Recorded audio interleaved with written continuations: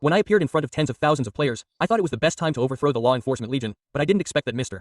K would use Parrot's friend to make an invitation, causing Parrot to completely abandon resistance. In an instant, I also became a target of attack. Fortunately, I had previously asked Egg to set up a restricted area, which prevented me from suffering imprisonment again. Now, Mr. K's law enforcement legion is on the verge of collapse. If I can regain my former strength and regain control of the sledgehammer and the orbital strike cannon, I am absolutely confident that I can completely eliminate the law enforcement legion. To this end, Egg and I found 4C, the only player who owns the Pearl Cannon. The Pearl Cannon can instantly teleport us to the Borderlands. Beyond the Borderlands, which spans millions of grids, there are not only many unheard of civilizations, but also the divine weapons and power I need. I once fought against a 1,000-man army alone with flame, and this was inextricably linked to the orbital strike cannon. This time, 4C is willing to help me entirely because of Parrot. When we returned to the Borderlands using the Pearl Cannon, the place had undergone tremendous changes. Even near the flower field not far away, there was a player's base, and outside the base stood a tombstone. The owner of the tombstone was named Gamato, who, in my memory, was a veteran player. For some reason, something unexpected happened. However, when we were purchasing supplies at the base, Gamato suddenly appeared in front of us. Gamato was very puzzled by our sudden visit. In order not to reveal the purpose of our trip, I lied and said that we came here to find a player named Sebin. Unexpectedly, Gamato also had something to discuss with him, so he decided to take us to Sebin's territory. Sebin and I actually have no relationship. The last time we met, we even had a fight. At that time, Sebin swore that if he saw me again, he would kill me. But the location of the orbital strike cannon is near his kingdom, and to successfully obtain the cannon, we must use Gamato to take us there and then find an opportunity to leave. Along the way, we tried our best to chat with Gamato and improve our relationship to dispel his suspicions. After walking for several hours, we crossed a forest and arrived in front of a strange portal. Gamato claimed this was the only way to reach the kingdom. However, before we could enter the portal, a health bar suddenly appeared in the center of the screen. For some reason, we inadvertently triggered the portal's defense system and instantly entered combat mode. After a few minutes of fighting, we defeated 3 wither skeletons. Then we planned to go through the portal, but before that, I specifically told Egg to be careful not to use up all our supplies, and to be ready to fight other players at any time. After passing through the portal, I returned to this familiar yet unfamiliar place. Just a few thousand blocks ahead, we would reach the location of the orbital strike cannon, so I stopped hiding, and immediately parted ways with Mato. Mato also realized at this point that we were not friends of the Crying Gang, and that we came here entirely for the divine weapon. Enraged at being used, Mato drank a battle potion and attacked me. Although Mato was once a top player, he had been too long without fighting in the Borderlands, and his combat power had been greatly reduced. With Egg's help, Mato was no match for us, but just as we were about to defeat him, Mato suddenly disappeared into thin air. I didn't know how he left, but that didn't matter now. Obtaining the orbital strike cannon was the key. After that, Egg and I started heading towards the target location. As we got closer to the strike cannon, the surrounding scenery completely changed. Just then, a mysterious player suddenly appeared next to us. His goal was clear: to prevent us from obtaining the blocks. This player started fighting us in close combat. Although I didn't know why he was stopping us, in order to get the strike cannon, I could only fight him while letting Egg continue moving forward. With skillful movement and excellent combat techniques, I finally successfully knocked this player into the void. After a brief interlude, we continued our journey forward, traversing an endless plain. We finally found the coveted orbital strike cannon. With its existence, I no longer feared the law enforcement legion. However, at that moment, Separatist suddenly appeared before us. This time, he didn't attack me directly, but instead told us to leave quickly and not harbor any illusions about his kingdom's possessions. Separatist's actions puzzled me. After all, I had not only stolen his things but also killed his friend. Logically, he should have attacked me directly upon seeing me again. Why did he only give a verbal warning? It turned out to be just a bluff, however. Separatist's brief appearance didn't disrupt our original plan. After repositioning and reloading the orbital strike cannon, I had Egg use the cannon's mechanism to set up a phantom pearl stasis chamber. This would prevent me from having to travel tens of thousands of blocks again if I encountered problems or needed to reload. I could instantly teleport back with a simple wave of my fishing rod. After naming the fishing rods accordingly, I retrieved my divine weapon, the power hammer. Now, everything was ready. The server's strongest player was resurrected. The law enforcement legion led by Mr. K will face my return to the eyes of tens of thousands of players. This time, I will finally appear not as a prisoner, but as a key figure on Ban Island. Challenging Mr. K, I no longer feared his law enforcement legion, and could even expose Mr. K's various crimes to the public. And all of this began when Parrot traveled thousands of miles to the pirate city. Parrot is known as one of the smartest players on the server. When I faked my death and hid my identity, he was the one who discovered and exposed me. Because of this, I had tried to kill him many times, yet now he had actively sought me out. Suppressing the anger in my heart, I asked the Parrot to explain the reason for his visit. It turned out that the election convention in the northern city was about to end, with only the final round of voting remaining. As one of the 4 candidates, the Parrot knew that to overthrow Mr. K, he had to expose his hypocritical facade. In a few hours, the server would hold the final ruler election, after which Mr. K would legitimately take control of the entire server. Mr. K's method of winning hearts was simple. He constantly claimed that he had defeated me, the strongest player on the server, thus making him seem incredibly powerful. Therefore, countless players cast their votes for him. The parrot wanted me to go with him to the northern city and prove my innocence in front of all the players, while simultaneously exposing the incompetence of Mr. K and his legal team. Although this was the perfect opportunity for the legal team of Ban Island, the parrot's cunning was truly annoying. After discussing with my friend, Egg, I decided to superficially agree to the parrot's cooperation and go with him to the northern city. However, Egg would meet up with a little along the way. Due to limited time, the parrot and I could only choose to return via the Dolphin Highway, but the highway was currently heavily guarded by law enforcement officers, so we had to deal with them first. The simplest method was to kill them directly, but the parrot's combat ability was terrible, and my equipment was in disrepair, so I didn't have the ability to fight against so many. After much thought, the parrot came up with a devious plan. He told me to drink an invisibility potion and follow him. The parrot openly approached the law enforcement officers, shouting, "Guys, guys, guys, please help. Someone. Help. Someone.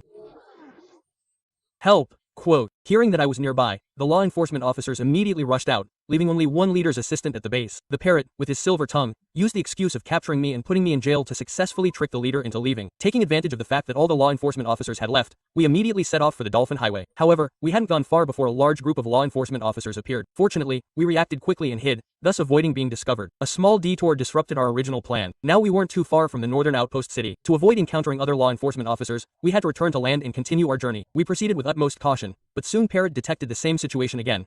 A group of players on the other side of the mountain. Unsure if they belonged to the law enforcement legion, we chose to take a detour to be safe. Parrot, being naturally cautious, had a bad feeling. He felt that Mr. K had already figured out his plan and knew that he had brought me back. Perhaps a large number of law enforcement officers were ambushing us at the next intersection. Initially, I thought Parrot's suspicions were baseless until we arrived at Crouch.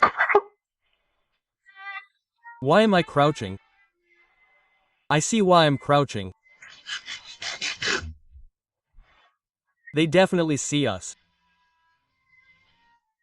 Well.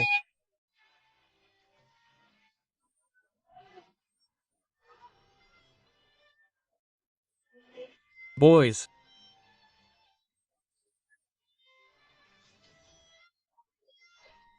Come on.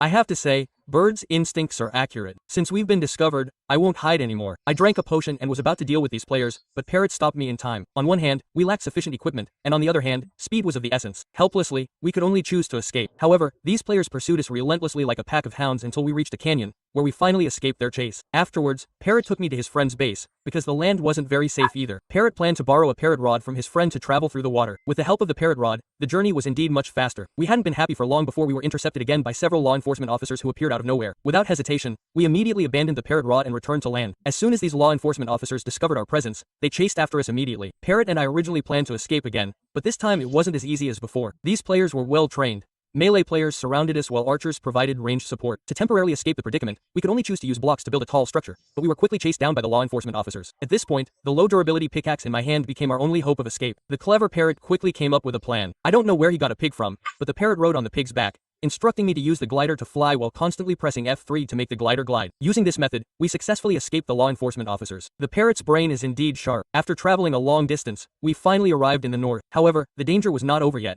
Mr. K's henchmen were everywhere. Without warning, we were surrounded by law enforcement officers again. This time there were even more officers, and among them was a commander. In less than 3 seconds, we were completely surrounded. This commander was the same player that Flame encountered before, the one who had been looking for me to avenge his brother, Sagilo. Fortunately, Mr. K had instructed them to capture me alive, so Sagilo didn't dare kill me directly. To quell his hatred, Sagilo challenged me to a duel. Although he was wearing netherite armor, I was still confident I could defeat him. However, I knew very well that even if I defeated Sagilo in a duel, I still wouldn't be able to escape the other law enforcement officers. So, during our fight, I seized the opportunity and, with the parrot, escaped the encirclement. We didn't dare look back, running towards the northern city until we stopped at a secluded place. This location had excellent feng shui. It was a good place to bury someone. The egg, which had been lurking for a long time, finally appeared. Ignoring the parrot's pleas, the egg quickly trapped the parrot. Originally, my plan with the egg was to find the right opportunity to kill the parrot, but along the way, we had encountered multiple attacks from law enforcement officers, demonstrating Mr. K's power in this unstable server. If he really became the ruler, I probably wouldn't have another chance to survive. After much thought, I decided to temporarily put aside my hatred for the parrot, taking down Mr.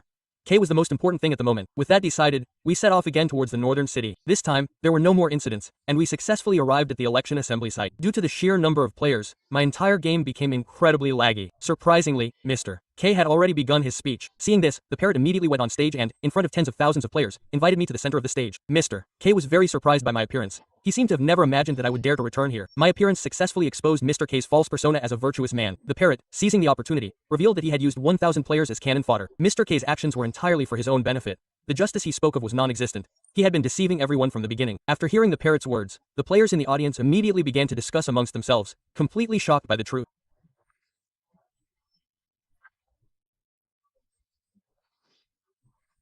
I thought Mr. K would be devastated by this, but unexpectedly, he still harbored fantasies of maintaining his position of power, even going so far as to try to silence the parrot by saying, "So here's what's going to happen.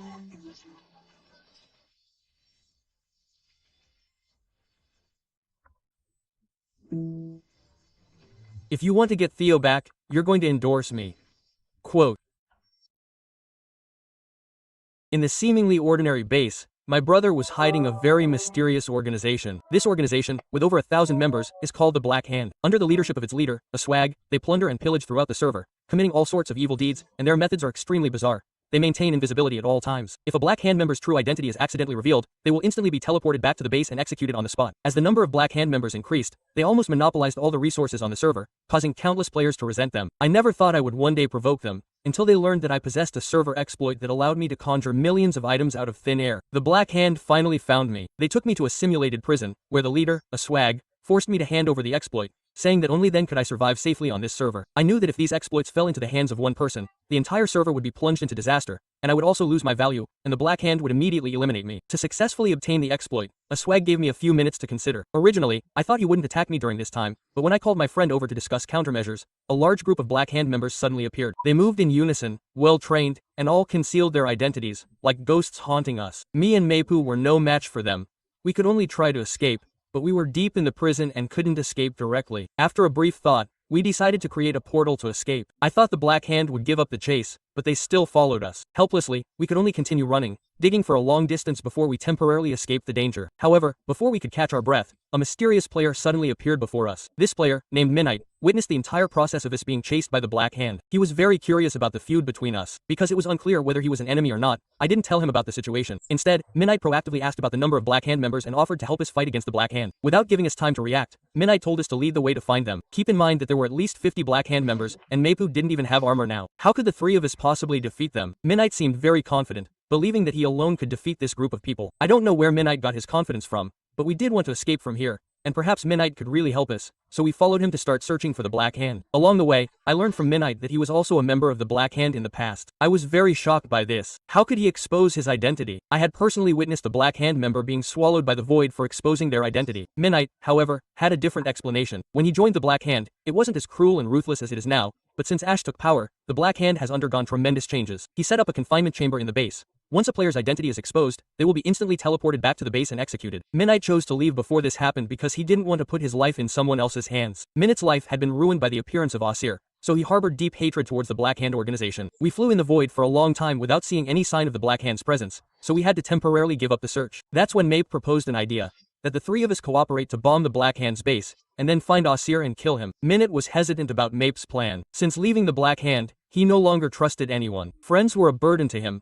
He preferred to seek revenge on Asir alone. He had already taken us to a safe place. Minute didn't intend to travel with us afterward, and after saying that, he prepared to leave. I knew that Asir would eventually bring the Black Hand members to continue looking for the loophole I exploited, and cooperating with Minute was the best choice. Only he could protect our safety. So I had May drink an invisibility potion, and we quietly followed behind Minute. Minute didn't stay in the lower realm but went directly to the main world. During this time, he kept flying in one direction. We didn't know where he was going, but we followed him anyway. Finally, he disappeared into a cave. Seeing this, we immediately followed him in. When we reached the bottom of the cave, we discovered that it was actually a base. It seemed that Minute had deliberately built the base here to avoid the Black Hand. We quietly sneaked into the base to see what Minute was doing. However, as soon as we entered, we were caught by Minute. Minute was very angry about our intrusion because he was afraid that we would expose the place and let the Black Hand members discover it. Hearing this, I immediately explained that we entered the cave invisibly, and it was impossible for anyone to find us. After hearing this, Minute didn't say much more. I explained our purpose for coming here to Minute. At first, he didn't agree to team up, but under our repeated persuasion, Minute finally agreed. The first step in becoming partners was to share equipment and loot the resources from the Minette base. After discussing our plans, we decided to set up a trap near my base, which was close to the spawn point. The Black Hand also knew about that location, so we figured we could eliminate a large number of Black Hand members there. My plan was approved by everyone, so we rushed to the spawn point. Upon arriving at my base, we immediately began considering whether to build 1,000 mining cart bombs or 1,000 water trap mines. Before we could reach a decision,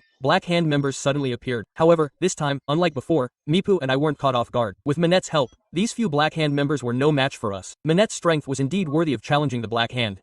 In just a few minutes, he easily eliminated these players with his heavy hammer. To be honest, this was the first player I'd encountered, besides the skilled player, Temperature, who used a heavy hammer as their main weapon. Although Minette was incredibly powerful, he urged us to leave quickly because, during the battle, he noticed the Black Hand members releasing white fireworks. These fireworks were a signal for the Black Hand to call for reinforcements, and he estimated that a large number of Black Hand members would arrive in a few minutes. Just as Minette predicted, as soon as we left, the Black Hand members arrived as expected. We initially wanted to retreat temporarily, but these Black Hand members clung to us like leeches, so we had no choice but to abandon our escape and engage in direct combat. During the battle, I noticed an unusual Black Hand player. He possessed an invisibility skill, unlike the other Black Hand members. Minette said he was the leader of this group, the Thief King. We ignored the others and concentrated all our firepower on this leader. Under our combined attack, the leader was forced to flee, and his subordinates, seeing this, also chose to abandon the pursuit. We successfully won this battle. However, Minute delivered some bad news. The appearance of the leader meant that they were taking us very seriously, and they would definitely send more and stronger players to deal with us. To completely eliminate the Hand of Darkness, we had to expand our team. Minute decided that we should split up and each find reliable players to join us. Before leaving, he gave me a set of coordinates. After parting ways, Megu and I found a player named Plant. After much persuasion, he also chose to join us. However, before we could leave his shrine, the Hand of Darkness appeared again. They were like ghosts, appearing in places I couldn't even imagine. Without Minute, we wouldn't dare to confront this group head-on. In a panic, we fled to the Netherworld, and then returned to the spawn point from there, until we reached the resource base in the Wenbu area, where we were finally relatively safe. After that, we stayed in the resource base until we confirmed that the Hand of Darkness wasn't pursuing us anymore before leaving. For our next new member, we found our old friend, Sikuai. Sikuai wasn't good at combat, but he was incredibly skilled at building. When he learned that we were going to fight against thousands of invisible players, Sikuai decisively chose to join us. Just then, the Hand of Darkness appeared again. To avoid implicating Sikuai, Megu and I chose to leave first and then send him the rendezvous coordinates later. This time, only one Hand of Darkness leader was chasing us. We didn't dare to stop anywhere along the way, planning to go to the coordinates Minute gave us to find him first. But we were still 2,000 blocks away from the coordinates. Fearing a lack of supplies, we had to land back on the ground to rest and resupply. However, as soon as we entered a village, a large pack of wolves suddenly attacked. Without any time to react, we were forced to flee, with a large number of Hand of Darkness members chasing closely behind. Just as our fireworks rockets were about to run out, we finally reached the location of the coordinates. However, to see Minute, we had to take a minecart into the cave. The Hand of Darkness chasing us used every method to try to stop our progress,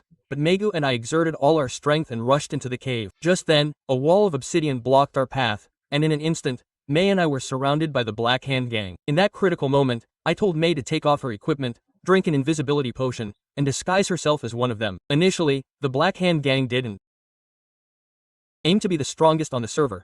They believed they needed to master every fighting style, from the steady defense of sword and shield blocking, to the agility of spear thrusts, the devastating power of TNT minecarts, and the thunderous force of hammer blows. Only by mastering these techniques could one be called a true battle master. To achieve this goal, I had been practicing diligently for the past few months. Thanks to my tireless efforts, only 2 fighting styles remained for me to learn. For this, I traveled millions of blocks to an abandoned base, where I found a player named Remy. Remy was no ordinary player. In his prime, he was the #1 ranked player in the world, the best among millions of Minecraft players. If I could persuade him to teach me, the title of Battle Master would be within my grasp. Remy was quite surprised by my sudden visit. Seeing this, I stopped hiding my intentions and directly stated my purpose for seeking his tutelage. However, Remy said he was tired of PvP and didn't know how strong he still was. Moreover, he didn't understand my purpose in wanting to learn combat techniques. Was it for senseless killing or for upholding justice? Hearing Remy's words, I told him about my conflict with the Law Enforcement Legion. Under the leadership of Mr. K, the Law Enforcement Legion was now at its peak, practically dictating who lives and dies on the server. My purpose in learning was to eliminate this evil organization and restore peace to the server. To my surprise, Remy readily agreed to my request, but only on the condition that I defeat the Law Enforcement Legion. It turned out that Remy also had a grudge against the Law Enforcement Legion. Although Remy had been retired for a long time, he was still an extremely formidable presence. Due to their fear of him, the Law Enforcement Legion had confined him to this abandoned base, which is why Remy agreed to teach me combat techniques. The difference between combat masters and ordinary players is vast, because they excel in all tactics and techniques, and can skillfully use various weapons to fight in any environment. For combat masters, their strength lies not in their weapons, but in themselves. Ordinary players are weak because they rely too much on their weapons. Once their weapons are gone, their power disappears as well. To prove that I have the potential to be a combat master, Remy asked me to fight him using 4 different weapons, and I had to ensure that all 4 weapons triggered his immortal totem. If I failed, I would obviously not be qualified to learn from him. Although Remy didn't engage in PvP combat with me, his strength is definitely not to be underestimated. For the first weapon, I chose to fight him with a sword and shield. I fought from day to night before successfully triggering his totem. For the next few weapons, I also used all my strength to barely succeed. Fortunately, Remy finally acknowledged my strength. In the battle just now, Remy noticed that swordsmanship was my strongest weapon, while the warhammer was my weakest. I explained that it was because I lacked the correct technique that the warhammer seemed so ineffective. Remy said he could teach me warhammer techniques to help me overcome my dependence on the correct technique. As everyone knows, the damage calculation of the warhammer is very special, completely depending on the number of blocks it falls. To trigger a critical hit, it needs at least 1.5 blocks of height. Without the correct technique, it's difficult to deal significant damage. The technique Remy taught me today was a combo using the warhammer on the ground. By using it with the penetration enchantment, it can achieve a penetration switch, a technique that maximizes warhammer damage on the ground. Although a penetrating warhammer can deal 4-star damage with a critical hit, its cooldown time is extremely long. Remy's solution was very simple. First, charge up with the sword, and then switch to the warhammer at the last moment. This triggers the penetration enchantment effect while also registering the sword's cooldown and damage. This technique can also be used in the air. By switching to the warhammer in the last second before landing, you can easily deal extra damage. Following Remy's instructions, I tried it out, and the results were drastically different from before. Following that, Remy taught me another ultimate technique called shield breaking heavy strike. When you're falling, use a wind bullet to propel yourself upwards, then break the opponent's shield first, and then attack with a heavy hammer. This way, you can ignore the shield and hit directly. These moves, when used in combination, will be even more invincible. When you are far from the enemy, you can throw a shadow bead horizontally, then look up and throw a wind bullet, making sure the wind bullet hits the shadow bead. The premise is that the wind bullet must be thrown below the bead.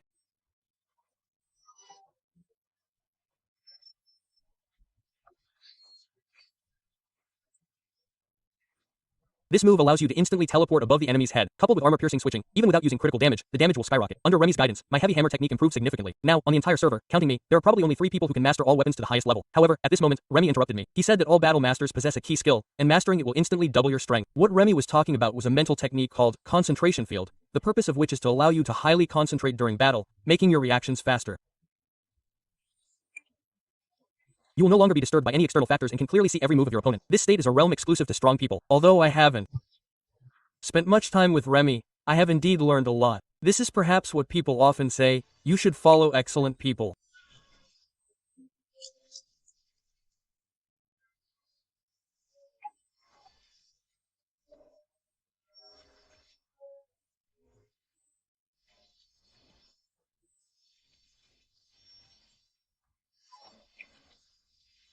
Quote,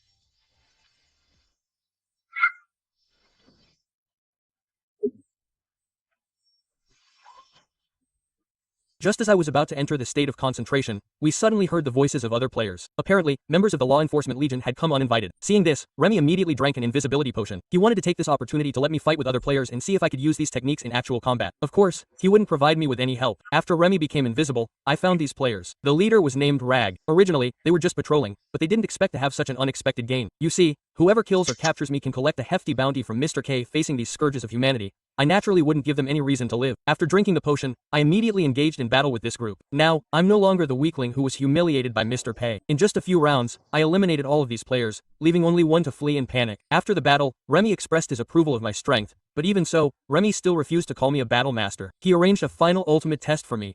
Only by passing it could I truly earn this title. As Remy took me to the mission location, he also revealed the reason for his retirement. He was once truly the world's #1, but the sudden appearance of Mono surpassed him, which is why he gradually stopped concerning himself with the affairs of the martial world. Remy finally led me to a building. He asked me to hand over my warhammer. Although I didn't understand what he meant, I complied. Then Remy suddenly said, the ultimate test is to fight him without using the warhammer. Whoever has 3 immortal totems destroyed first loses. Quote, I've been diligently training with the warhammer recently. How can I possibly defeat him without it? However, Remy didn't listen to my excuses and directly attacked me. In this battle, besides being brutally beaten, I clearly couldn't learn anything useful. Undoubtedly, I could only flee for my life, but facing the former world #1, even escaping was a luxury.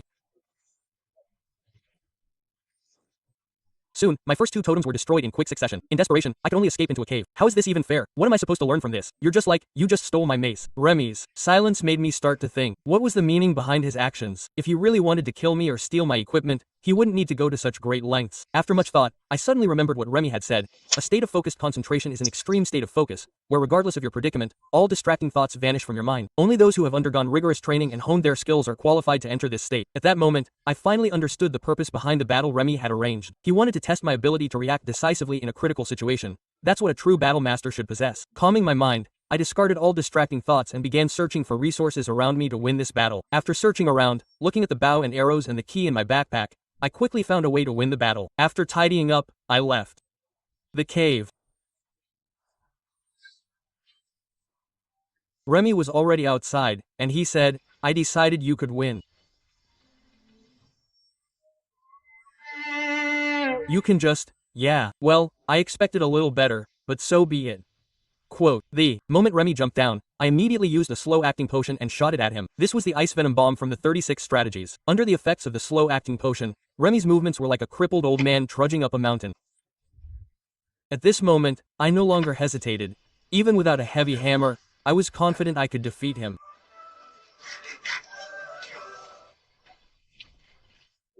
Ultimately, I successfully destroyed Remy's 3 totems, completing this ultimate challenge. Remy, like me, didn't expect that I could use the slow-acting potion to turn the tide. My focused concentration earned his complete respect. Now I am fully qualified to become a battle master, but I know that a true master always maintains the heart of an apprentice. After several months of training, I have obtained countless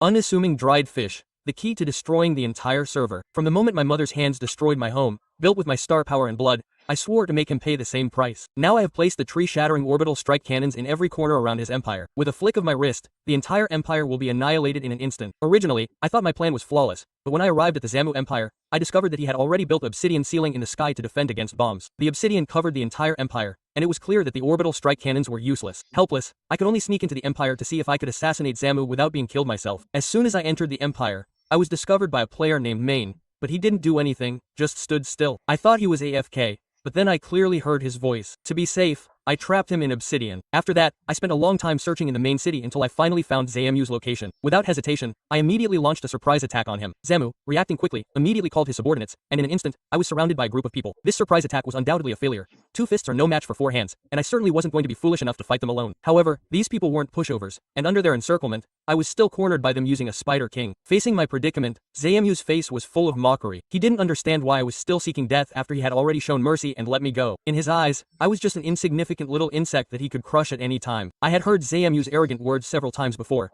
and I didn't refute him, but instead, while they were laughing, I escaped from the cave. The people who were just mocking me immediately reacted and tried to chase me. Fortunately, I had prepared a large number of fireworks rockets before the action, and with the help of the explosives, I successfully returned to the base. I told Egg about the obsidian ceiling. Now the orbital strike cannons couldn't inflict any damage on the Zamu Empire, and we were no match for them in a direct fight. It seemed there was no better way to defeat Zamu. Just then, Egg suddenly thought that perhaps we could dismantle the enemy from within, finding one of Zamu's subordinates to secretly help us. Then, I suddenly remembered the player named Main, so, following Egg's suggestion, we arranged to meet Main at the base. Main and Flame were close, both being Zam's right-hand men. Main said that he had long wanted to escape Zam's control. Zam always prioritized his own interests, completely disregarding the feelings of his subordinates. Main was originally a self-respecting person, but ever since joining Zam's empire, he had to get Zam's approval for everything he did. Moreover, Main was very unpopular in the empire. Almost no one interacted with him except for Flame.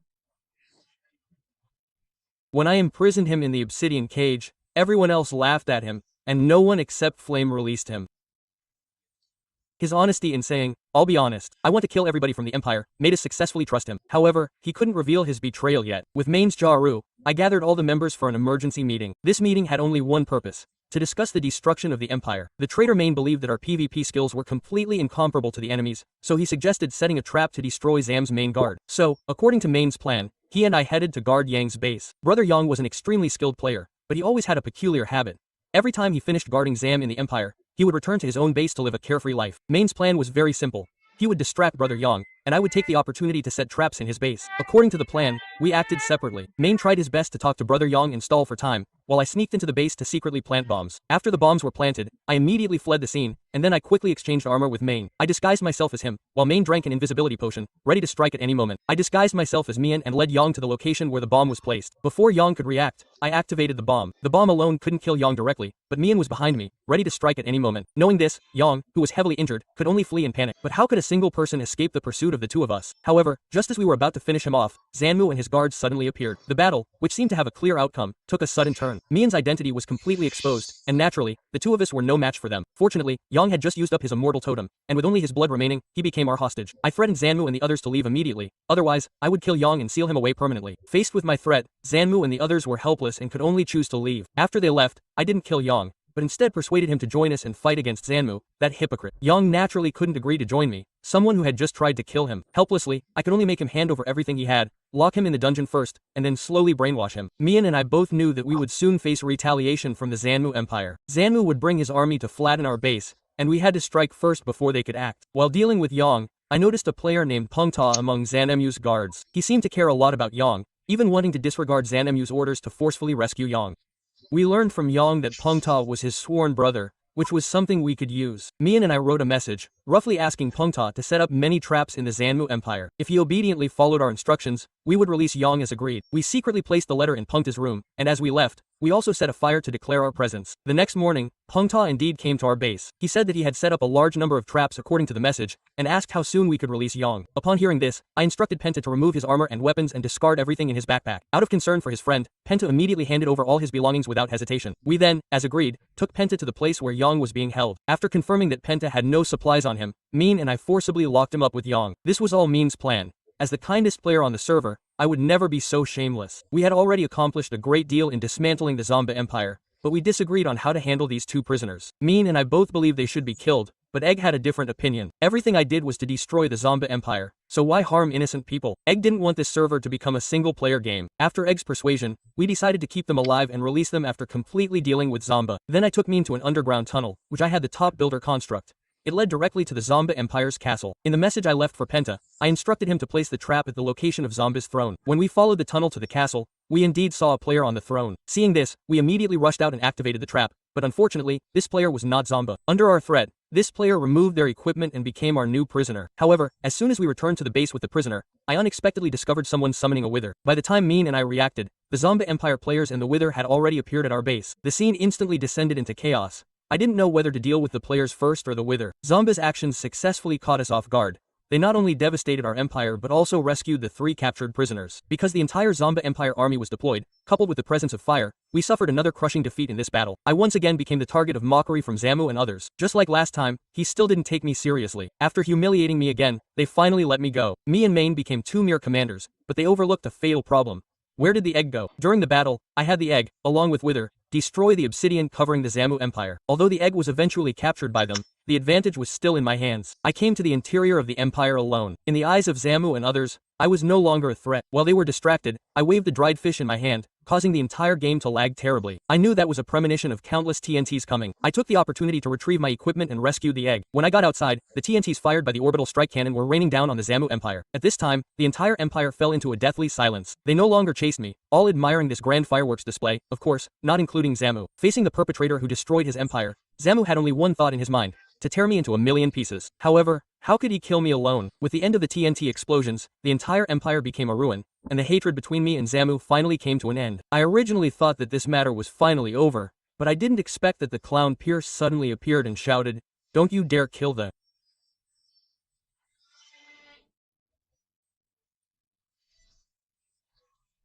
server, you." Quote,